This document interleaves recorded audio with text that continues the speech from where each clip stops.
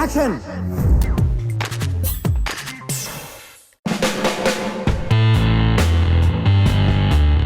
Cinema journey film school నుంచి start అయింది. ఆస్ట్రేలియాలో నేను నాకు ఎంబీఏ కోసం వెళ్ళాను. ఒక సెమిస్టర్ ఎంబీఏ చేసిన తర్వాత నాకు ఎంబీఏ నచ్చకపోతే నాకు పెద్ద కోడింగ్ అనిపించలేదు. సేమ్ యూనివర్సిటీలోనే ఫిలిం మేకింగ్ కోర్స్ ఉంది.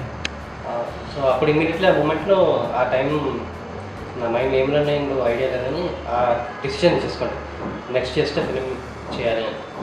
సో అక్కడికి వెళ్ళి 1.5 year కోర్స్ అయిపోయిన తర్వాత కేమ్ బ్యాక్ టు హైదరాబాద్కి వచ్చిన తర్వాత struggle I try to find couple of people ఎవరైనా నా సినిమాని ప్రొడ్యూస్ చేయగలుగుతారేమో. ఆ టైంలో వేరే స్టెప్స్ ఉంటాయి, some love stories, random steps ఉంటాయి.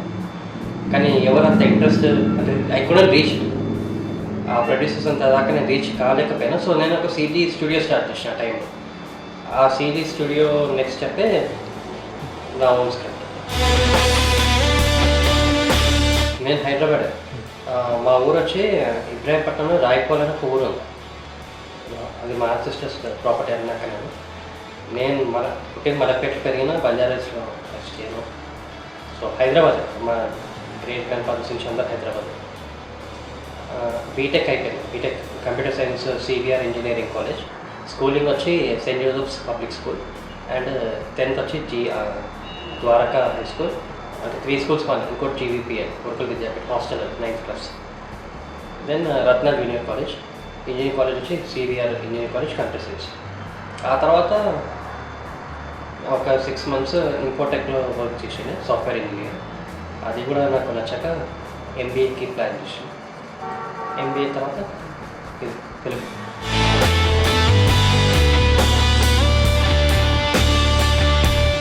ఇప్పుడు కాకపోయినా ఐడియా ఇంకెవరికైనా ఫ్యూచర్లో రావచ్చు, లేకపోతే ఇంకెవరికైనా వచ్చేయచ్చు, వాళ్ళకి ఆపర్చునిటీ రాకపోయచ్చు ఆ టైంలో హౌ టు ప్రొసీడ్ అనేది.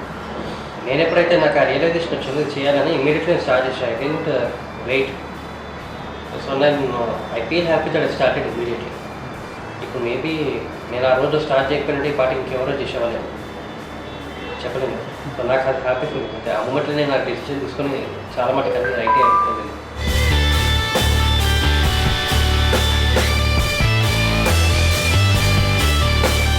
హాఫ్ ద మనీ అయితే డాడీ మమ్మీ ఇచ్చాడు. దెన్ కపుల్ ఆఫ్ ఫ్రెండ్స్ని అడిగిన, ఎవరు ఇవ్వలేదు, ఒక్క ఫ్రెండ్ ఇచ్చింది.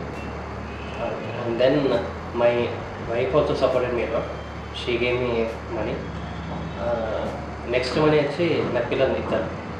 సో వాళ్ళ ఫస్ట్ బర్త్డేస్ అయితే కదా కొన్ని మనీ వస్తుంది, బర్త్డే సెలబ్రేషన్ అప్పుడు గిఫ్ట్స్ ఇస్తారు కదా, ఆ మనీ కూడా తీసుకొని సినిమాను పెట్టిన. ఎంత దాకా అయితే అంత దాకా మొత్తం ఆల్మోస్ట్ తీసి మొత్తం సినిమాని పెట్టిన తర్వాత నా దగ్గర అయిపోయినాయి తెలిసిన తర్వాత అప్పుడు నేను మళ్ళీ ప్రొడ్యూసర్ దగ్గరికి మళ్ళీ వెళ్ళడం స్టార్ట్ చేశాను.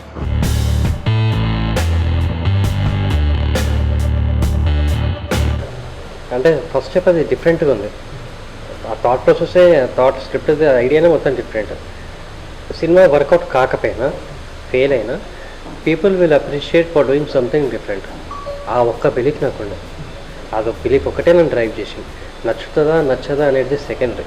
డిఫరెంట్గా చేస్తే ప్రతి ఒక్కరు అప్రిషియేట్ చేస్తాడు. అదే అంతే, అదొకటే బిలీఫ్ తోటే నేను ప్రొసీడ్ అయ్యాను. అండ్ నన్ను నమ్మకపోతే ఇంకెవరు నమ్మను.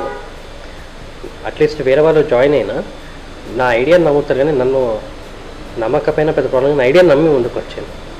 సో నాకు ఎక్కడో నేను అనుకుంది కరెక్టే అనిపించింది. నాకు సబ్మెరైన్ మీద సినిమా చేస్తే కరెక్ట్. ఒక 100 and 150 సినిమాస్ మన అవుట్ ఆఫ్ కంట్రీ, యూఎస్ కానీ, రష్యా కానీ, చైనా కానీ, ఇంకా ఏ కంట్రీ తీసుకున్నా ప్రతి ఒక్క కంట్రీకి ఒక సబ్మెరైన్ సినిమా ఉంది. సో ఒక సినిమా తీసేటప్పుడు ఆ director, any director personal experience అన్న కావాలి, అంటే ఎనీ స్టోరీ ఉండని, లేదా ఏదన్నా చుట్టుపక్కన చూసి దాన్ని రియాక్ట్ అయ్యో అతను కథ రాస్తాడు. నేను నేవీలో ఎప్పుడు వర్క్ చేయలేదు. నాకు ఒకటే సోర్స్, నేను సబ్మెరైన్ లోపలికి వెళ్ళి చూడడం అంతే. సో నాకు ఇంకా నెక్స్ట్ స్టెప్ ఏం చేయొచ్చు అనే దానికి నేను రెఫరెన్సెస్ కొన్ని మూవీస్కి చూసిన. బట్ నేను ఏ సినిమా నుంచి తీసుకోలేదు కాపీ, కానీ అది ఇన్స్పైర్ ఒక 1-2 scenes ఇన్స్పైర్ అయినా, కానీ because it's Gadhi India's first cinema కాబట్టి వీలైనంత వరకు ఒరిజినాలిటీ మెయింటైన్ చేసుకుంటూ డిఫరెంట్ ఇండియాని ఒక రిప్రజెంట్ చేయాలి ఈ సినిమా అని వెళ్ళి ప్రొసీడ్ చేసాను.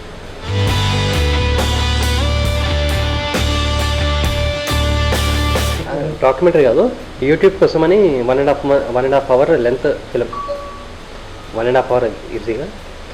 ప్రొడ్యూసర్స్కి స్క్రిప్ట్ నరేట్ చేయడం నాకు అదే నరేట్ చేయడం కొద్దిగా డిఫికల్ట్ టాస్క్ ఇది, ఈ స్క్రిప్ట్. సో అప్పటికి నా దగ్గర కంటెంట్ ఏం లేకుండే, స్క్రిప్ట్ ఒకటే ఉండే. కంటెంట్ అంటే స్టోరీ బోర్డ్ కానీ సెట్ కానీ సీజీ కానీ ఆ టైంలో నా దగ్గర ఏం లేకుండే. సో అది మాటలతో చెప్పడానికి నాకు ఆ టైంలో చాలా ప్రాబ్లం అయింది. అండ్ ఏ ప్రొడ్యూసర్స్ కూడా వాళ్ళ సైడ్ కరెక్ట్ కాబట్టి వాళ్ళు ఎవరు నమ్మలేదు ఆ టైంలో. దెన్ నా అంతా నేను ఎప్పుడైతే స్టార్ట్ చేసిందో ఒక కంటెంట్ క్రియేట్ అయిపోయిన తర్వాత ఇది నమ్ముతారు, నా దగ్గర బేసికలీ అప్పుడు ఆ టైంలో మనీ అయిపోయినాయి. సో అప్పుడు నేను ఇది నమ్ముతానని చెప్పి అప్పుడు ప్రొడ్యూసర్స్ని అప్రోచ్ చేయడంతో ఫస్ట్ ఐ మెట్ నిరంజన్ గారు, మ్యాట్ని ఎంటర్టైన్మెంట్. అది ఫస్ట్ స్టెప్. అక్కడికి వెళ్ళి ఇంకా అంతగా నో లుకింగ్ బ్యాక్ అని. అది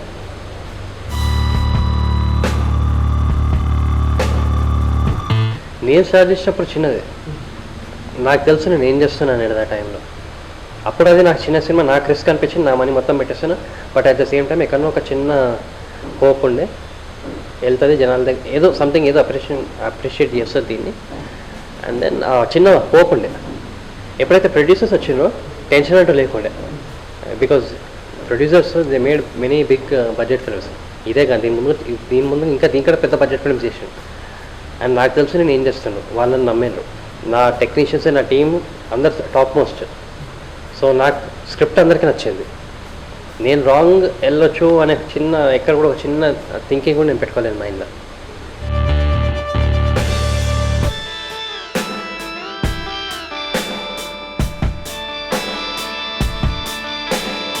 అది దాటుకోవడం కథ కూడా అదే వేళ ఉంది. గాజీ సబ్మెరైన్ సినిమాలో నేను పాటలు పెడితే హారబుల్గా ఉంటుంది, జనాలు నవ్వుకుంటారు. అది అన్నీ కలిసి వచ్చినాయి అంతే. కానీ మేబీ ఇంకో సినిమా చూసి నేను సాంగ్స్ పెట్టేటోనేమో తెలియదు, యాక్షన్ ఫైట్స్ కామెడీ పెట్టేటోనేమో, వేరే స్క్రిప్ట్ ఏమైనా ఉండుంటే. కానీ సబ్మెరైన్ స్టోరీకి నేను వీలైనంత వరకు న్యాయం చేయాలని చెప్పి సాంగ్స్ కానీ కామెడీస్ కానీ పెద్దగా నేను ఆ వేళ వెళ్ళలేదు. Because I have to be honest to my script అంతే.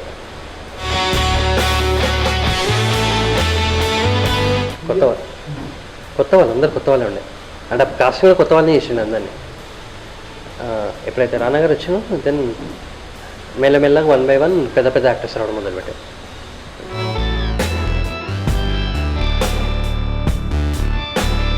ఫోన్లు వచ్చినాయి, సపోర్ట్ బాగానే వచ్చింది. అంటే సపోర్ట్ అంటే ఇవన్నీ కదా ఫస్ట్ షో, ఇవన్నీ అయిపోయింది. జనరల్ పీపుల్ నుంచి అయితే చాలా వచ్చింది.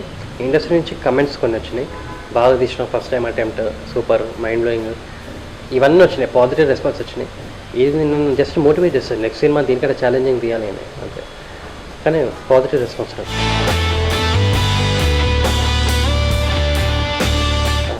లవ్ స్టోరీ అనేది జనరలైజ్. అది నేను ఏ స్క్రిప్ట్ చేసినా దాంట్లో ఉండొచ్చు ఉండకపోవచ్చు. కానీ ఎప్పుడు చూడని సినిమా తెలుగు, అట్లీస్ట్ ఇండియా మొత్తం కాకపోయినా అట్లీస్ట్ తెలుగు సినిమా ఇండస్ట్రీ నుంచి ఇప్పటిదాకా చూడని సినిమా అలాంటిదే ఉంటుంది. అదైతే 100%.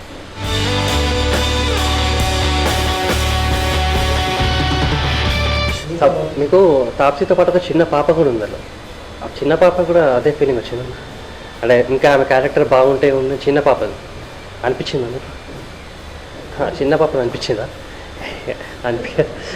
తాప్సీ పెద్ద యాక్టర్స్ కాబట్టి మీరు ఆ వేలో చూసాను. కానీ తాప్సీ సపోజ్ ఒక న్యూ కమర్ అయ్యి ఉంటే ఒక క్యారెక్టర్ పరంగా క్యారెక్టర్ ఎంత దాకా ఉంచాలో అంత దాకా ఉంచాను. క్యారెక్టర్ని మించిపోయి స్టోరీని ఏదైతే రోజు నేను తాప్సీకి నరేట్ చేసాను స్క్రిప్ట్, రానా గారు ఏదైతే వేలో పాజిటివ్ వేలో సినిమా ముందు స్టెప్ నేను తాప్సీ కూడా అదే వేలో స్టెప్ నేను. Because they all new India's first submarine film, first under water war film, ఇప్పటిదాకా రాలేదు. ఇలాంటి స్క్రిప్ట్ని ఎవరు అందుకోరు. సో వాళ్ళు కూడా అదే వేలో ప్రొసీడ్ అయిన. డైలాగ్స్ గున్నం గంగరాజు గారు తెలుగు, హిందీ వచ్చి ఆజాద్. నేను స్క్రిప్ట్ ఫస్ట్ రాసినప్పుడు ఇంగ్లీష్లో రాసిన, దాన్ని ఇప్పుడు తెలుగులో ట్రాన్స్లేట్ చేయాలి. తెలుగు ఫస్ట్ వీళ్ళు రాకముందు తెలుగుని నేను మా కో డైరెక్టర్, నా డైరెక్షన్ డిపార్ట్మెంట్ కూర్చొని మా అంతలు మమ్మల్ని ప్రొడ్యూసర్స్ అని మీరే జనరల్ ఒక సబ్మెరైన్లో పీపుల్ ఎలా మాట్లాడుకుంటే అదే వేళ తెలుగు డైలాగ్స్ అయినా పెద్ద భారీగా అవసరం. మేము ఒక వర్జన్ రాష్ట్రం, అది ఓకే ఉండే, బట్ ఇంకా బెటర్ ఉండాలని చెప్పి నేను గున్నం గంగరాజు గారి దగ్గరికి వెళ్ళాం. సో ఇమీడియట్లీ అతను ఇప్పటిదాకా ఏ సినిమాకి అవుట్ సైడర్స్కి రాయలేదు. ఎప్పుడు అతని ప్రొడక్షన్ లేకపోతే ఆయనకే రాసుకుంది, కానీ never for an out cider. ఇదే ఫస్ట్ సినిమా అతనికి బయటికి వచ్చి రాయడం. సో అది సూపర్గా రాశాను. అండ్ హిందీలోకి ఆజాద్.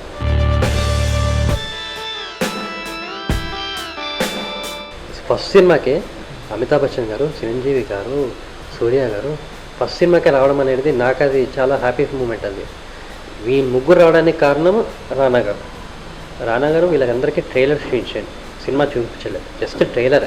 ఆ ట్రైలర్కే వాళ్ళు ఇలాంటి పొటెన్షియల్ స్క్రిప్ట్కి అంటే పొటెన్షియల్ అవుట్పుట్కి వాళ్ళు కన్విన్స్ అయ్యి ముందుకు వచ్చాను. That happen only because of రానా గారు.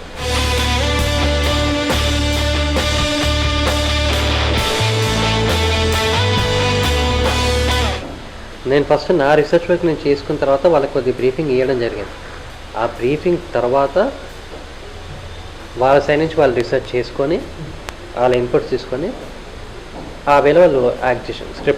స్క్రిప్ట్లో ఎంత చేయాలో అంతదాకా వాళ్ళు పర్ఫెక్ట్లీ చేశారు. సో క్రెడిట్ వాళ్ళ హార్డ్ వర్క్.